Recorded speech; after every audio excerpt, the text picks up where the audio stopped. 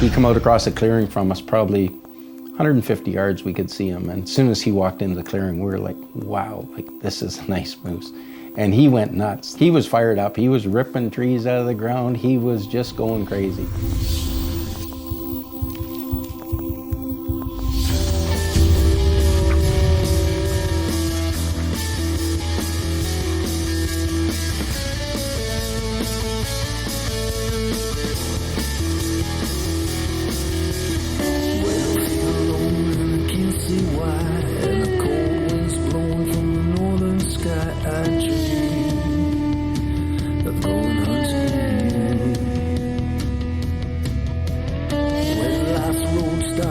Getting rough when I stop believing I'm not tough enough to be free. I just go on with you.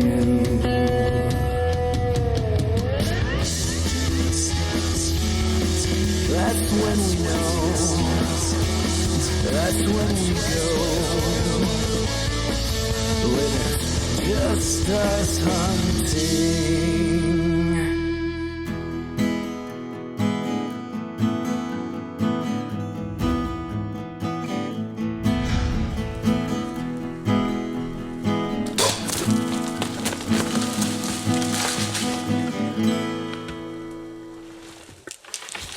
That's it for Bruce here and just us hunting. Next up to bat's Carl Jones.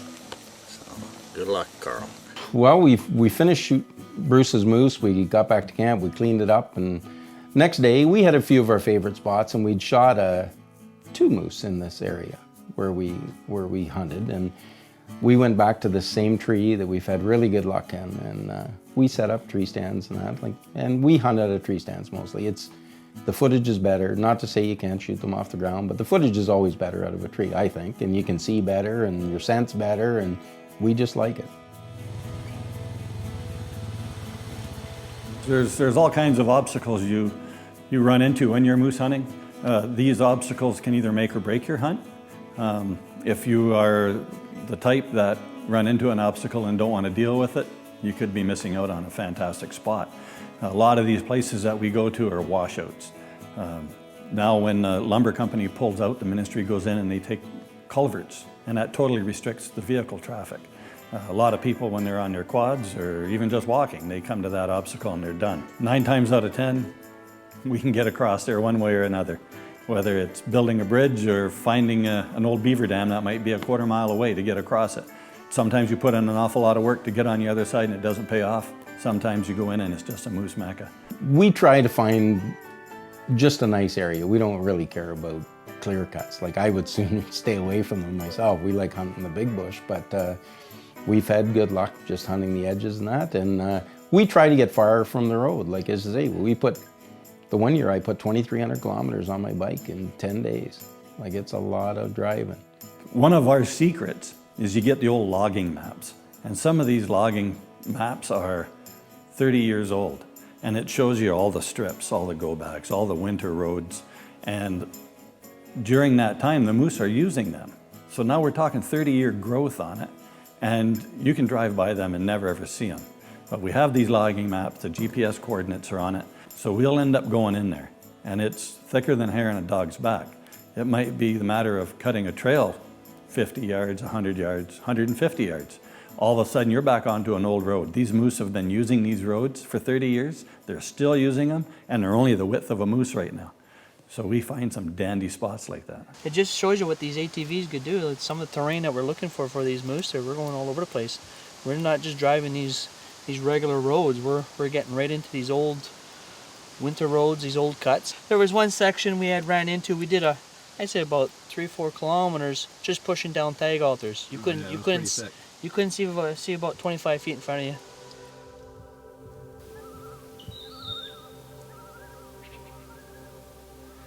This is incredible.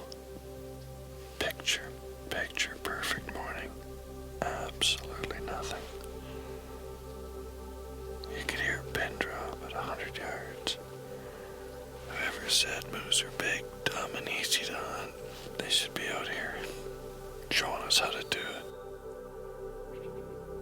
There's no doubt that we'll get another one. It's just when and who.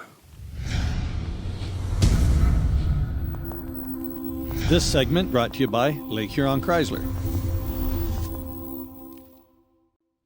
The tip of the week is brought to you by The Bear Essentials, your wilderness experience guides. Earlier this season, I talked about wearing a fall arrest system when you're putting up your tree stand for being safe. This week here, we're going to talk to you about one other safety feature that you really should be doing. When you hang up your stand into a tree, it's up to you now to put a secondary safety feature up there for you. And what I recommend, put another ratchet strap around your tree stand and tighten that up to the tree as well. Not only will that make your tree stand quieter and not move at all, but if the primary attachment to the tree stand were ever to malfunction, this one here is going to save your butt, and that's your Just Us hunting tip of the week. I'm Richard McQuaid, hunted with these guys for quite a few years now. Looked forward to it every year. It's a big deal for me. It's a big trip up. We're usually exhausted by the time we get there and then have to set up a huge camp. But it's all good. You're running on adrenaline and good times begin. I went to my tree stand one morning. It's a beautiful day and it was pretty quiet, like I wasn't hearing any moose, but the upside was a pine marten come along, and I don't see a lot of them being from the south. I got squeaking at him. He got very angry and he just started chattering, I guess, and teasing him. All of a sudden I hear a big branch break, like right behind me. And I know what that sound is. I've heard it many times. I'm pretty excited. I'm gonna shoot this moose. And he's coming in hard, grunting, come right in, but he's facing directly on, and he's not that big. He stood there for 20 minutes, so I decided I will give the other guys a chance. It's relatively early in the hunt. We all like to see each other succeed, so I'm sure they would do the same for me. You know, you got a moose come up to you like that and just 12 yards. Shoot me, shoot me. Sorry, you don't meet my category anymore. It's like, I'm looking for the big guys. Well, if it was me, trust me, I would have put an arrow right in him. But that's Richard's decision. You know, I don't blame him for that. Okay, yes I do, really. That's all right. That was the first moose I've ever passed up, and it was kind of a good feeling. Like, if you know you could have done it and you let him walk, there's some satisfaction in that for sure. Well, anything? I go back to camp, and one of the guys that I had saved this tag for, I suppose, missed a moose right about the same time, so I'm second guessing my decision at that point. Well, Kevin, how was your morning? Well, the little miss had a big miss. So I was out there and I had picked a spot and it looked good, and so anyways I started calling and I got an answer, and he was coming, and I got a call again and he kept coming. I thought I was pretty calm. Anyways, he come walking along, and it took him probably 20 minutes from the time I heard him till he got there, and it felt like a lifetime. I thought he was closer. They're pretty big. I shot right underneath him, and he just jumped about 2 steps and stood there and looked at me, and he's kind of behind a tree, and then he walked straight away. I got it all myself, got the moose there and everything else. It's a memory I'll have. It is fun, and it is an adrenaline rush. And unfortunately, I don't have a camera, so I don't have any footage, but it's all in my head, and it's still there. I can still see it. So, what kind of hat were you wearing? Well, it's on the target butt right now. I know the routine. I got that down pat. We have a thing in camp. If you shoot at a moose and you have a miss, then everybody gets to shoot at your hat at the same yardage. Kevin's hat was put out at 30 yards, and it looked more like a welding beanie by the time he was done. Well, that's a pretty good morning so far. 3 hunters, 2 moose, 1 hat. One hat. Well, yeah, that's priceless. Like you say, Gary's a bit of a card, and Richard was out scouting one day. It was pouring rain, and we decided, heck with it. We got like 2 weeks of hunting. It was rainy, and I actually went hunting. I wasn't scouting, I was hunting. Went to a stand, called all evening, and I actually had 4 bull grunts. It looked promising for a while, but nothing developed. He was gone for a couple hours, and I heard him coming down the road with his bike. He's always just putting along, taking his time. And myself, with my little comic relief, I basically just dressed right down, right to my underwear and jumped in his sleeping bag and zipped it up. They come back to camp and these guys had set me up. Hey! Well, what's going on? Four answers? Really? He's taking his jacket off and everything, and all of a sudden, I just slowly popped out of the sleeping bag and zipped it right open, and he was still talking to the boys. And by that time, I'd say about 2 minutes later, he just leaned right over, and there I was, partially naked. He got excited, of course. Richard just about fell over backwards. Oh, it was pretty funny. Happy birthday!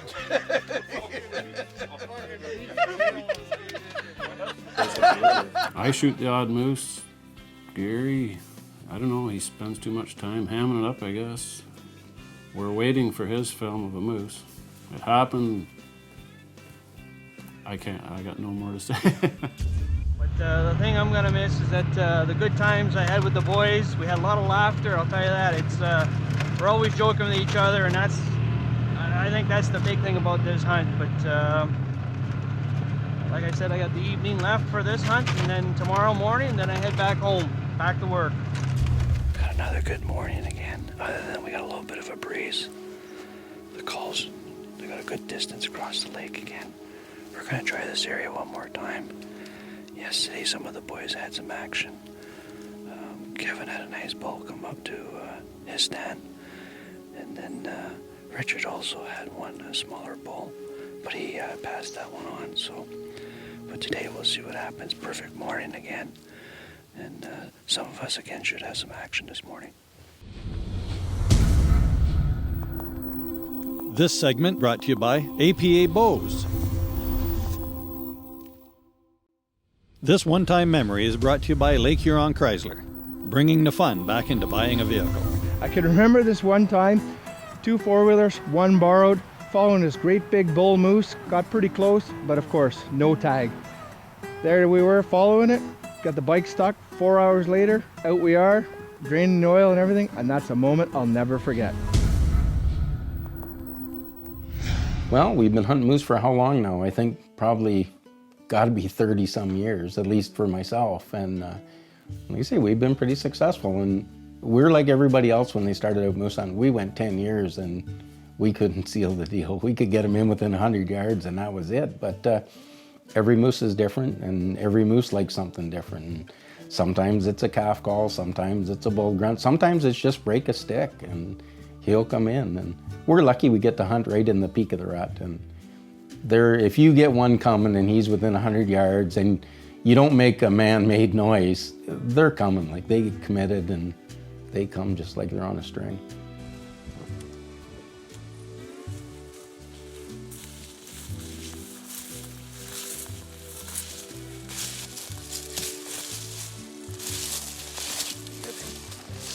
Fishing lane's cut out to about 40 yards.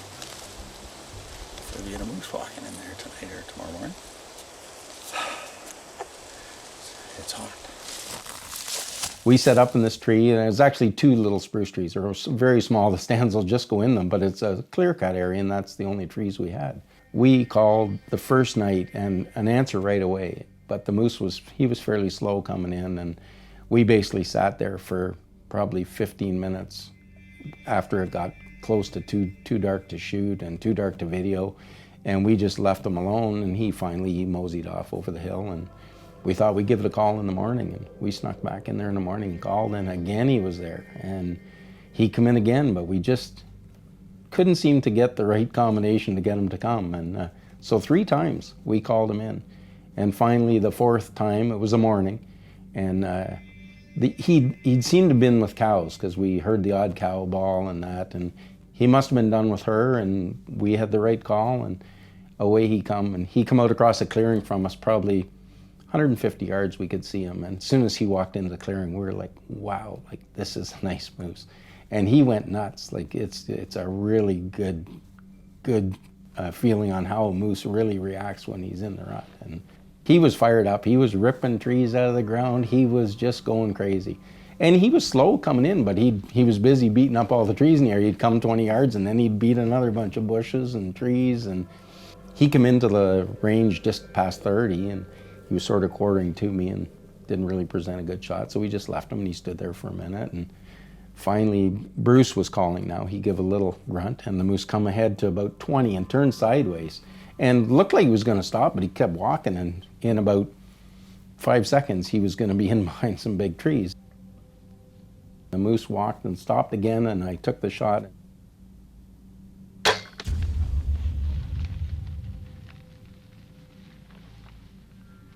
My arrow ticked a little branch. We didn't see it until we reviewed the footage. You can just see the arrow, one of the little branches on a spruce tree moved, and I hit him a little far back. But he run about maybe 20 yards, and then we saw him go into a little clump of bush, and he stopped, and we didn't see any more. So we waited probably, I don't know, 30, 40 minutes, and climbed down and found where he'd went, and a little blood trail on that, and we only walked probably 40 yards, and there he was laying there, and he was shot.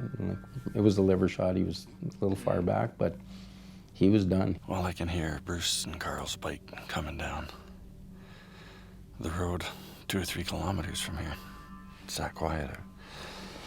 They're actually a little early, so wouldn't be surprised they got a bull down there coming back to get some help. It's been deathly quiet here. I'm gonna call it quits for this place, pack up everything and move out. If they did get a moose down, well, we're into some more work today. 2 moose in the same year and the same ease of getting them out. Well, we've been hunting this guy for 4 days and nights now, mornings and nights, and finally this morning he came in after quite a bit of rattling and 30-yard shot, and he ran about 50 yards and tipped over right on the bike trail here, so won't be too hard getting him out. So we're going to cape it out.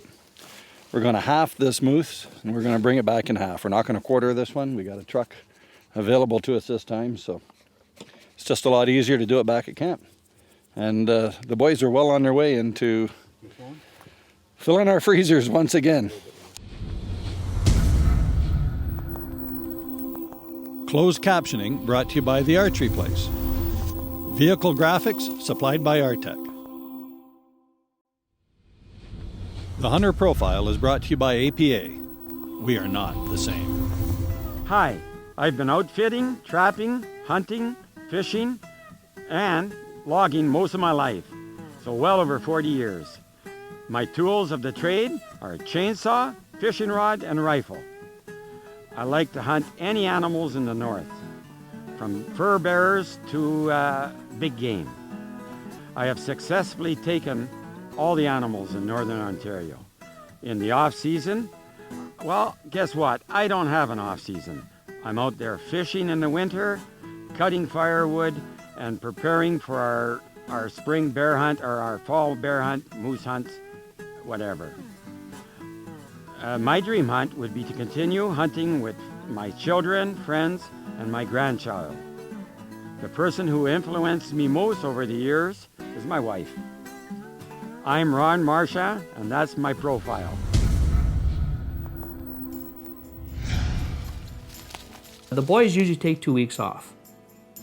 Fortunately, I can't do that. It's because I'm pretty well like a supervisor where I am and everything. So I usually take the 1 week off. And sometimes if I see the weather's going to be really crappy the next couple of days, I'll probably pack up and leave. And unfortunately, I left maybe a day early, and Carl had harvested a nice moose, and now he's basically blaming me for not helping him out. I don't know why. Gary's an opportunist. Like he comes a day late when camp's set up. He goes home a day early before camp's broke. He's proven it year in year. We keep bringing him back just for the humor factor, I'm sure. Other than that, yeah, Gary, we got to have a talk with Gary. I'm glad Gary shows up sometimes when we go hunting because it takes the heat off me, and it's quite more pleasant when Gary's around. Gary's quite the jokester, and he handles it really well. As you notice, Rick still has all his fingers so far, but if everybody knows Rick, he's very accident prone, so You never know when this knife may fly out of my hands. Ow. The best thing about shooting a moose up there is our surf and turf afterwards. It's a great time. We've had a number of grouse taken during the week with our bows. Yeah, there's the recreational hunting we do, which is the bird hunting, which to me, I'm not much for the fishing. If the fishing's good and we're catching lots, great, but the other guys, they like going and fishing, they can fish. Since I moved down south, we don't get the opportunity to eat fresh caught walleye very often. So this is a real treat. Usually we have a couple of walleye in the freezer because we camped beside a lake, and now we got tenderloin. And that meal is to die for. It's definitely not a hunt to lose weight on, put it that way. Like, we eat top line, like it's really good food. We eat all the grouse we can eat, and we still come close to getting our limit. Like, it's a really good hunt. I wouldn't trade this hunt for anything. Like, this is my one vacation of the year. This is the only thing that I will not miss.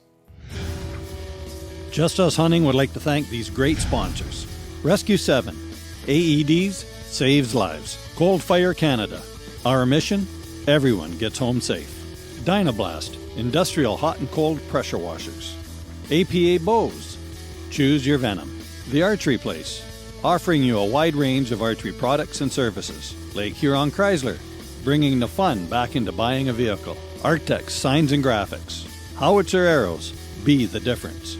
The Bear Essentials, your wilderness experience guides. If you have videos of your hunts and you'd like to see them on this show, go to our website, justushunting.com, and email us directly. Who knows, maybe you'll see your hunts right here on Just Us Hunting.